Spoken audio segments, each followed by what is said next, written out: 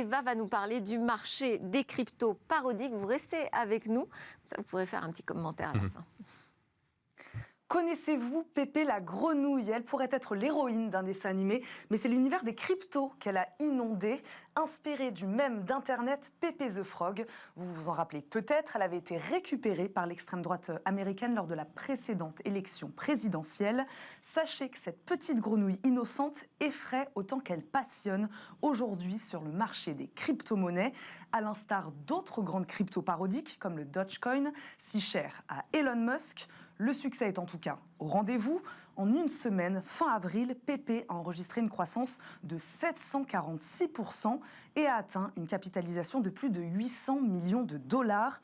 Supposé très volatile, le succès de la crypto serait même dû à des manipulations de marché. Et malgré tout, des grosses plateformes d'échange comme Binance ont ouvert la porte à ces cryptos parodiques. Avoir le dernier meme coin leur sert à gagner en audience et à attirer des utilisateurs. Oui, c'est vrai, si on a de la chance de s'insérer dans le courant ascendant au bon moment, il est facile de gagner de l'argent. Les premiers investisseurs de Pépé sont devenus millionnaires en quelques heures, mais ce sont des millionnaires fictifs. La crypto n'est en fait que très peu liquide. Ces millionnaires ne peuvent donc pas retirer leurs gains en monnaie traditionnelle à ce stade. Alors, le Pépé deviendra-t-il le nouveau Dogecoin? Impossible de le dire pour l'instant, mais sa forte volatilité nécessite, quoi qu'il arrive, de la prudence. Nicolas, est-ce que c'est plus risqué ou à peu près équivalent d'investir dans une crypto parodique ou non parodique ? Je pense qu'aujourd'hui, la réponse est plutôt claire quand on voit l'historique justement de ces fameux meme coins. Souvent, on a une émergence de la part de la communauté, un engouement très fort, spéculatif sur plusieurs semaines.